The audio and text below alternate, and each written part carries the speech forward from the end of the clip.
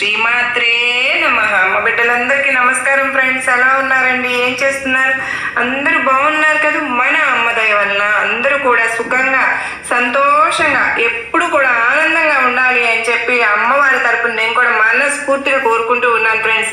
ఈ రోజు అమ్మవారు అందించే సందేశం ఏంటి అంటే కనుక, తల్లి నీ బంధం గురించి వెంటనే విజయవాడ కనకదుర్గమ్మనే నువ్వు తాకిన వెంటనే గొప్ప శుభవార్తను వింటావు, కాదని దూరంగా నెట్టేయకమ్మా అని చెప్పి ఏదో ఒక తెలియని సందేశాన్ని అయితే ఈరోజు అమ్మవారు మనకు అందించాలి అని అనుకుంటూ ఉన్నారు. మరి ఈ సందేశం వినే ముందు ఎవరికైతే అమ్మవారు అంటే నమ్మకం ఉంటుందో వారందరూ కూడా ఖచ్చితంగా ఈ వీడియోకి ఒక చిన్న లైక్ ఇచ్చి వీడియోని వినడం అయితే స్టార్ట్ చేయాలి.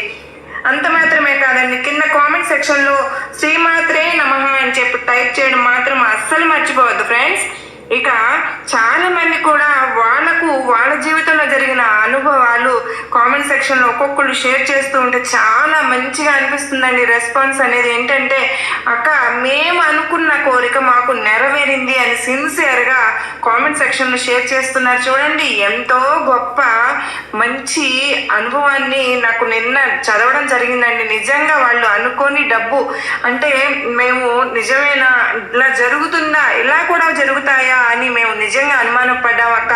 ఖచ్చితంగా అమ్మవారు మాకు నిరూపించారు. ఖచ్చితంగా ఈ సందేశాల రూపంలో మాకు కావలసిన డబ్బు మాకు అందింది టైంకి అని చెప్పి సందేశం ద్వారానే మాకు చాలా మంచి జరిగింది అని చెప్పి మీకు ధన్యవాదాలు అని చెప్పి తెలియజేశారు. చాలా థ్యాంక్స్ అండి. నిజంగా 100కి 1000% అమ్మవారి సందేశాల ద్వారా సమస్యలు దాన్ని తీరుతున్నాయని చెప్పి దానిలో ఎటువంటి సందేహం లేదని నేను పూర్తిగా మీ అందరికి హామీ ఇవ్వగలుగుతున్నాను. ఈ రోజున మీరందరూ కూడా చాలా సంతోషంగా ఉంటారు అని చెప్పి నిజంగానండి. నా స్నేహితురాలండి, తన భర్తలో మార్పు వచ్చి చాలా ఆనందంగా ఉన్నాను అని చెప్పి కూడా కాల్ చేసి చెప్పారు. ఇక అమ్మవారి సందేశం విషయానికి వస్తే కనుక, బిడ్డ నీ బంధం గురించి ఒక శుభవార్తను తెచ్చానమ్మా. విజయవాడ దుర్గమ్మని నువ్వు తాకిన మరుక్షణం నీకు నీ జీవితంలో ఈ సందేశంలో ఏ ఆంతర్యాన్ని నేను ఇవ్వబోతున్నానో తెలుసుకో బిడ్డ. అన్నీ ఉన్నా కానీ ఏదో లోటు. అమ్మా దుర్గమ్మ, నాకు తినడానికి చక్కగా తిండి ఉంది, టైంకి నాకు కావలసినవన్నీ కూడా నాకు అందుతూనే ఉన్నాయి, కానీ నా జీవితంలో ఏదో నేను తీర్చుకోలేని బాధతో నా మనసు అనేది గందరగోళంగా, ఎటువంటి ప్రశాంతత అనేది నాకు లేకుండా మనసంతా కూడా చికాకుగా అల్లకల్లోలంగా ఉంటుంది. దుర్గమ్మ, అసలు నాకు మనశ్శాంతి లేకపోవడానికి కారణమే నా భర్త, లేదా దానికి కారణమే నా భార్య అని చెప్పి నాకు రోజు మొత్తంలో కనీసం నువ్వు ఒక్కసారైనా సరే కానీ అనుకుంటూ ఉంటున్నావు, నేను అందరినీ కూడా ప్రేమగా చూసుకుంటాను, అందరితో కూడా చాలా చనువుగా ఉంటాను, నా భర్త దగ్గర ఉంటాను, కానీ నా భర్త మాత్రం నన్ను ఎప్పుడు కూడా ఒక దూరం నుంచి, ఒక బయట నుంచి వచ్చిన అమ్మాయి లాగానే చూస్తూ ఉన్నారు. నేను అతనికి ఎంత ప్రేమని పంచుతున్నానో అతను నన్ను అంత చులకనగా చూస్తున్నారు. కనీసం నా కడుపున పుట్టిన పిల్లలు కూడా నన్ను అవసరాల కోసమే వాడుకుంటున్నారా? వీరు పెద్దయ్యాక వీరి కాళ్ళ మీద వీరు నిలబడిన తరువాత నా మీద అసలు వీరు ప్రేమను అనేది చూపిస్తారా? ఒక తల్లిగా లేదా ఒక తండ్రిగా నాకు గౌరవం మర్యాద ఇస్తారా అనే రకాల ఆలోచనలతోటి నీ మనసు అనేది సతమతమైపోతూ ఉంటుంది. పిల్లల గురించి పక్కన పెడితే, పిల్లలకు తల్లి తండ్రి అంటే ఖచ్చితంగా ప్రేమ ఉంటుంది తల్లి. ఈ ప్రపంచంలో వారి అవసరాలను తీర్చుకోవడం కోసం ఎంతమంది ఉన్నా కానీ తల్లి ప్రేమ, తండ్రి ప్రేమ ఖచ్చితంగా బిడ్డలకు అవసరం అవుతుంది. కనుక నువ్వు పిల్లల గురించి ఎటువంటి బాధపడవలసిన అవసరము లేదు. పిల్లల ఎదురుగా నువ్వు కోపము, ఆవేశము అనేది చూపించకుండా వారితో శాంతంగా నెమ్మదిగా ఉంటే కనుక వారు నీకు నచ్చినట్లుగా వారు నీతో ఎలా మాట్లాడాలి అని చెప్పి నువ్వు కోరుకుంటూ ఉన్నావు, వారితో కూడా నువ్వు అలాగే మాట్లాడుకుంటూ వెళ్తే కనుక మీ ఇద్దరి మధ్య అయితే తల్లి కూతుర్లు లేదా తల్లి కొడుకుల మధ్య సంబంధం అనేది చాలా చక్కగా కుదురుకుంటుంది. ఇక భర్త విషయానికి వస్తే కనుక, భర్త బయటకు వెళ్ళి అనేక రకాలైనటువంటి పనులు చేసుకుంటూ ఉంటారు. కానీ ఈ మధ్య నీకు భర్త మీద ఒక చిన్న అనుమానం కూడా వచ్చింది. చిన్నది అని చెప్తే నేను అనేకంటే కూడా అది నీ జీవిత సమస్యగా మారిపోయింది. అది చాలా పెద్ద అనుమానమే. అవును, అది అనుమానం కాదు, నిజమే అని కూడా నీకు తెలుసు. అయితే ఈ నిజం అనేది ఎటు అబద్ధం అనేది అవ్వదు కదా. కానీ అక్కడ ఉన్న ప్రాబ్లం ఏంటి అంటే అని చెప్పి ఆలోచించుకుని ఆ యొక్క సమస్య అనేది పూర్తిగా నువ్వు దూరం చేసుకోగలిగితే గనక నీ యొక్క భర్త లేదా నీ యొక్క భార్య ఖచ్చితంగా నువ్వు చెప్పినట్లుగా వినే అవకాశం అనేది తప్పకుండా ఉంటుంది బిడ్డ. ఎప్పుడైనా కానీ ఒక భర్త తన భార్య గురించి కోరుకునేది ఏంటి అంటే కనుక తల్లిలాగా ప్రేమను చూపించడం, స్నేహితుడులాగా తన కష్టాన్ని అర్థం చేసుకోవడం, తోడ పుట్టిన వారిలాగా తనతో చనువుగా ఆప్యాయతగా ఒక చిన్న లాలింపును తన భర్త కోరుకుంటూ ఉంటారు. అటువంటి ప్రేమను ఏ స్త్రీ అయితే అందిస్తూ ఉంటుందో తనకు ఆ భర్త దాసోహం అయిపోతారు. ఇదంతా కూడా నేను ఎందుకు చెప్తున్నాను అంటే గనక బిడ్డ, నా బిడ్డ కష్టంలో ఉంటే ఒక తల్లిగా నా బిడ్డ బాగోగులు చూసుకునే ఏకైక పూర్తి బాధ్యత అనేది ఖచ్చితంగా నా మీదే ఉంటుంది. నా బిడ్డ నా పాదాల మీదకు వచ్చి నా భర్తని మార్చు అమ్మ దుర్గమ్మ అని చెప్పి కన్నీటిని కారుస్తూ ఉంది. అటువంటప్పుడు తన కన్నీళ్లను తుడిచే అవకాశం తన చేతుల్లోనే ఉంది అని చెప్పి నా బిడ్డ గుర్తించడం లేదు. కనుకనే నేను నీకు ఈ రోజున ఈ సందేశం ద్వారా నీకు పంపిస్తున్నాను బిడ్డ. నువ్వు ఎప్పుడైతే విజయవాడ కనకదుర్గమ్మని నన్ను తాకావు అంటే అంతటి శక్తి స్వరూపిణి నువ్వు ఏదైతే తాకావో ఆ తాకిన మరు నిమిషమే నీ యొక్క శరీరంలో ఉండే నెగిటివ్ ఎనర్జీ అంతా కూడా దూరం అయిపోయింది. నువ్వు ఏదైతే నెగిటివ్గా ఆలోచిస్తూ ఉన్నావో, నీ మనసులో చికాకులు ఏవైతే ఉన్నాయో ఆ చికాకులన్నీ కూడా పూర్తిగా దూరం అయిపోయి నువ్వు ఆనందంగా ఉండే రోజు అనేది నీకు ఈ రోజు నుంచే ప్రారంభం కానుంది. కనుకనే నువ్వు ఆ దుర్గమ్మను తాకావు తల్లి. నువ్వు ఎప్పుడైతే నీ దుర్గమ్మను తాకావో ఈ రోజు నుంచే నీ జాతకంలో దోషాలు అన్నీ కూడా పూర్తిగా మాయమైపోతాయి. ఇక నువ్వు చేయాల్సిందల్లా ఏంటంటే కాస్తంత ఓర్పుని పెట్టుకోవడం, నీకు వచ్చే ఆవేశము, నీకు వచ్చే కోపం కాసేపు నువ్వు కూర్చుని ఆలోచించుకున్నప్పుడు అవునమ్మా నేను కోప్పడ్డాను, ఆ క్షణంలో నేను కోప్పడకుండా ఉండాల్సింది అని చెప్పి ఎన్నోసార్లు నువ్వు అనుకున్న రోజులు కూడా ఉన్నాయి. నిజమే కదా తల్లి? అయితే ఆ కోపాన్ని నువ్వు ఎందుకు కంట్రోల్ చేసుకోలేకపోతున్నావా అని చెప్పి ఆలోచించుకుంటే నువ్వు ఆ సమయంలో నా పేరును తలుచుకున్నా దుర్గమ్మ అని తలుచుకున్నావు అంటే కనుక నీ యొక్క కోపం ఆవేశం అన్నీ కూడా వాటంతటికి అవే తగ్గిపోతాయి. నీ భర్త మీద నువ్వు అరిచే ఆ క్షణంలో కాస్తంత నువ్వు ఓర్పుని గనక పట్టుకోగలిగినట్టయితే నీ యొక్క జీవితం మహా అద్భుతంగా అత్యద్భుతంగా ఉంటుంది తల్లి. నేను నీకు ప్రమాణం చేసి చెప్తున్నాను, నీ భర్త చాలా అంటే చాలా మంచివాడు. ఇద్దరి మధ్య గొడవలు రావడానికి కారణం మీ యొక్క కోపము ఆవేశం మాత్రమే.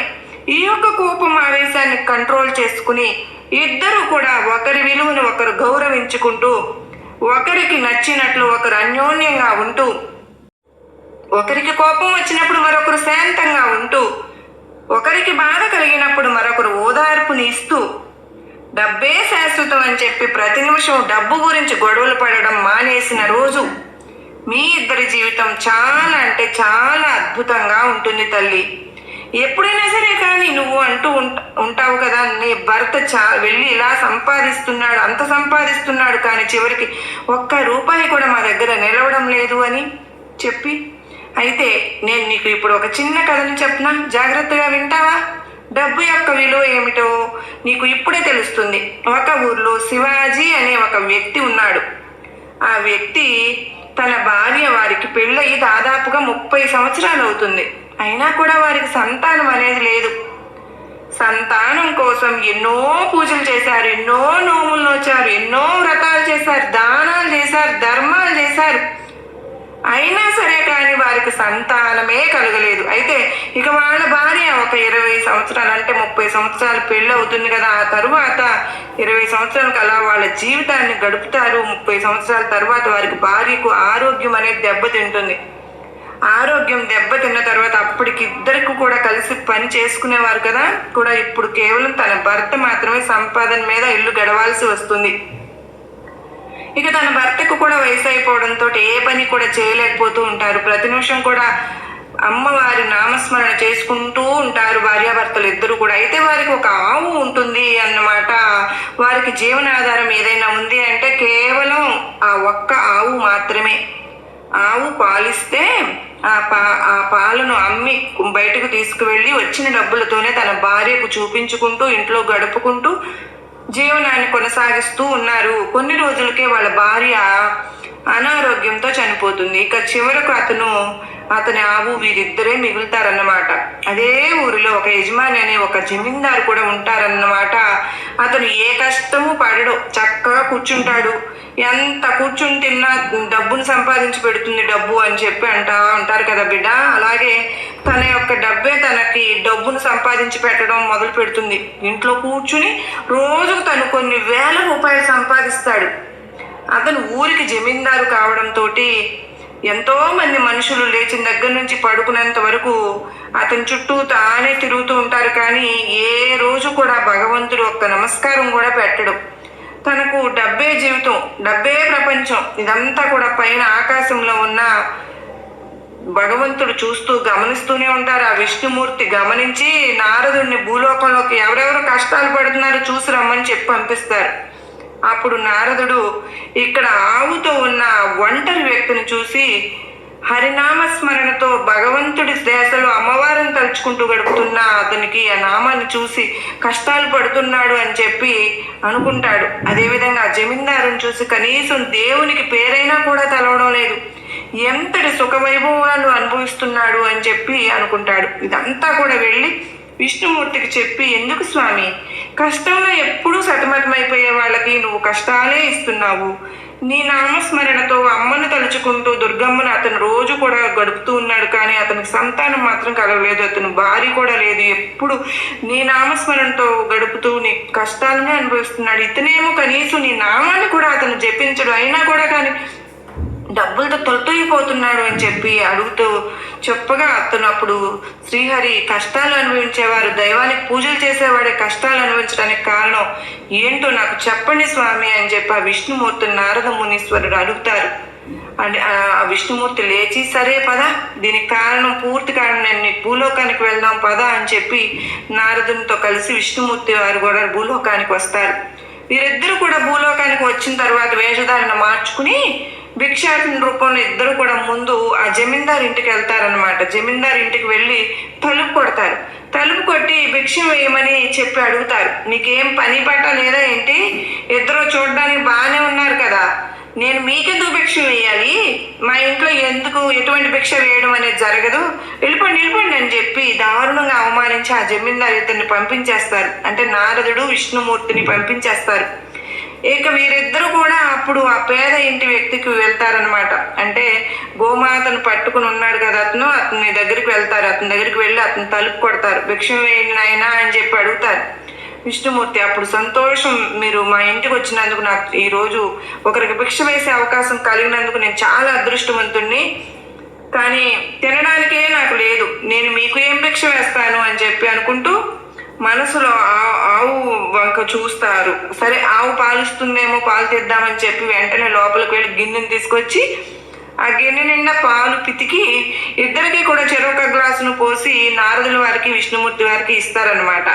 వాళ్ళిద్దరు కూడా పాలు తాగిన తర్వాత ఇప్పుడు ఇద్దరు కూడా పక్కకు వెళ్ళి మాట్లాడుకుంటుంటారు.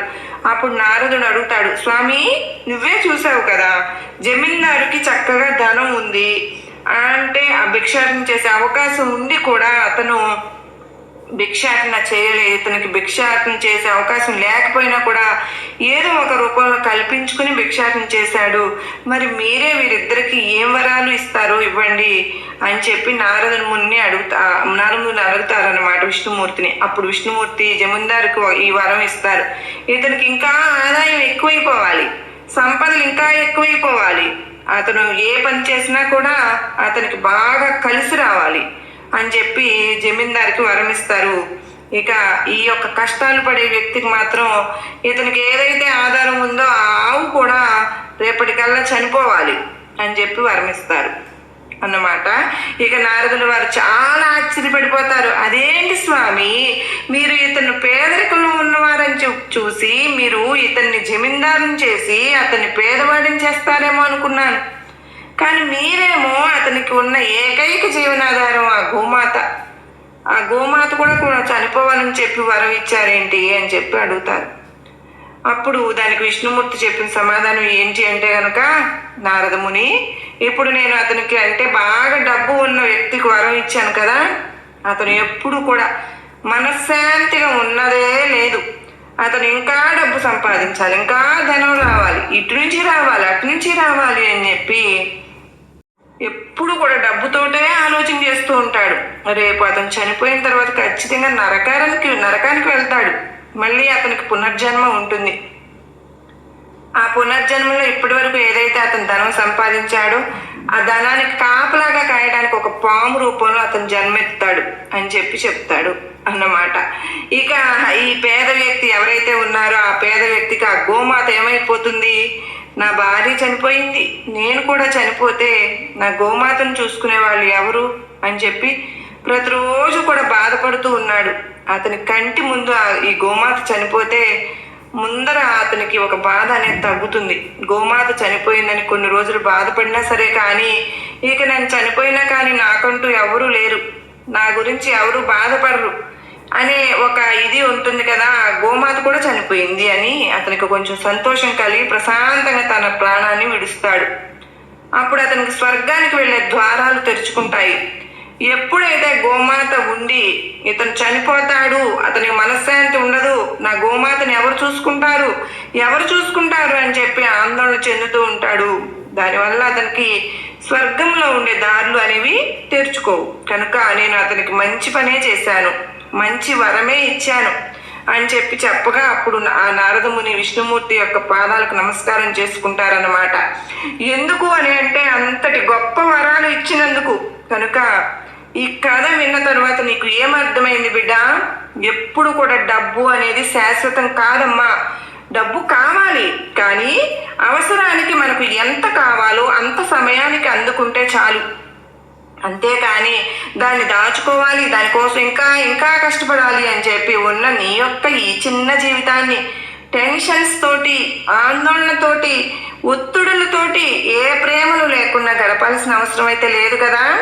కనుక ఇప్పుడు ఈ కథ నీకు వినిపించడానికి నీకు అర్థమైంది అని చెప్పి నేను అనుకుంటున్నాను. బిడ్డ, ఏది కూడా ఈ జీవితంలో శాశ్వతం కాదమ్మా. ఒకరికి ఒకరు ఎప్పుడు కూడా ప్రేమను చూపించుకుంటూ ఉండాలి, ఆప్యాయతను చూపించుకుంటూ ఉండాలి. ఒక స్త్రీమూర్తిగా నీకు చాలా శక్తి ఉంటుంది. ఆ దుర్గమ్మ తల్లికి ఎంత శక్తి ఉందో నీకు కూడా అంత శక్తి ఉంటుంది. కానీ శక్తి కొన్నిసార్లు ఓర్పు తప్పితే కనుక అది నీకే నష్టం అవుతుంది అని గుర్తుపెట్టుకో. కనుక ఈరోజు నేను చెప్పేది ఏంటి అంటే కనుక బిడ్డ, నువ్వు చక్కగా మంగళవారం కానీ శుక్రవారం కానీ ఒక తమలపాకును తీసుకుని ఆ తమలపాకు మీద స్వస్తిక్ గుర్తు వేసి గంధంతో స్వస్తిక్ గుర్తును చేసుకుని కింద శ్రీం అని చెప్పి రాసి దాని కనుక నువ్వు నీ పూజా మందిరంలో పెట్టుకున్నావు అంటే పూజించుకుని నీ యొక్క సంకల్పాన్ని చెప్పుకుంటూ తరువాత ఆ తమలపాకును గనక నీ భర్త జోబులో గనక పెట్టుకున్నట్లయితే నీ భర్త నీకు అనుకూలంగా మారుతారు. తనకున్న ఆ ఇబ్బంది పెట్టే తనని తప్పుడు దారిలో నడిపించే అలవాట్లు ఏవైతే ఉన్నాయో ఆ అలవాట్లన్నీ కూడా తగ్గుముఖం పట్టి తను నీ చుట్టూ తానే తిరిగి నిన్ను ప్రేమగా చూసుకుంటాడు, నీకు ఇష్టమైనట్లుగా ఉంటాడు.